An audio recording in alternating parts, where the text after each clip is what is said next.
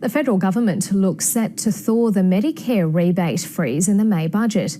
A return to full indexation could cost up to $3 billion, but keeping the freeze risks a repeat of the so-called Medicare campaign that almost cost the coalition the last election. Political editor Chris Uhlmann.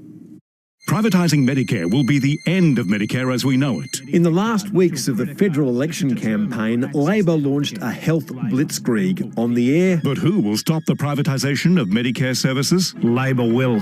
On the stump. Save Medicare! On mobile phones and in the streets. Save Medicare, put the Liberals last. Telling vulnerable Australians. It incensed a Prime Minister whose majority was reduced to a single seat. An extraordinary act of dishonesty. But it worked. The Labor Party is back. Government ministers have seen research that shows Medicare bit deep with certain demographics, like older voters and women with young children.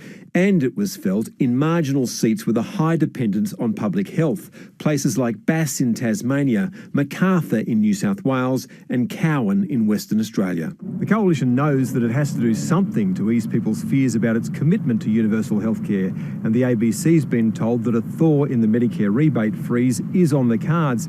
It's just a matter of how much the budget can bear. The Prime Minister has the signals are all there. We are open to reviewing that indexation pause which was begun by members opposite when they were in government. The new Health Minister restated that a thaw was on the cards today. We are willing to review subject to a very clear set of reforms that will help make the system stronger and better. Looking straight ahead. Lifting the freeze on just GP visits would cost $100 million. Extending it to specialist pathology and imaging would cost the budget more than $3 billion. I'm having very promising discussions with the Health Minister.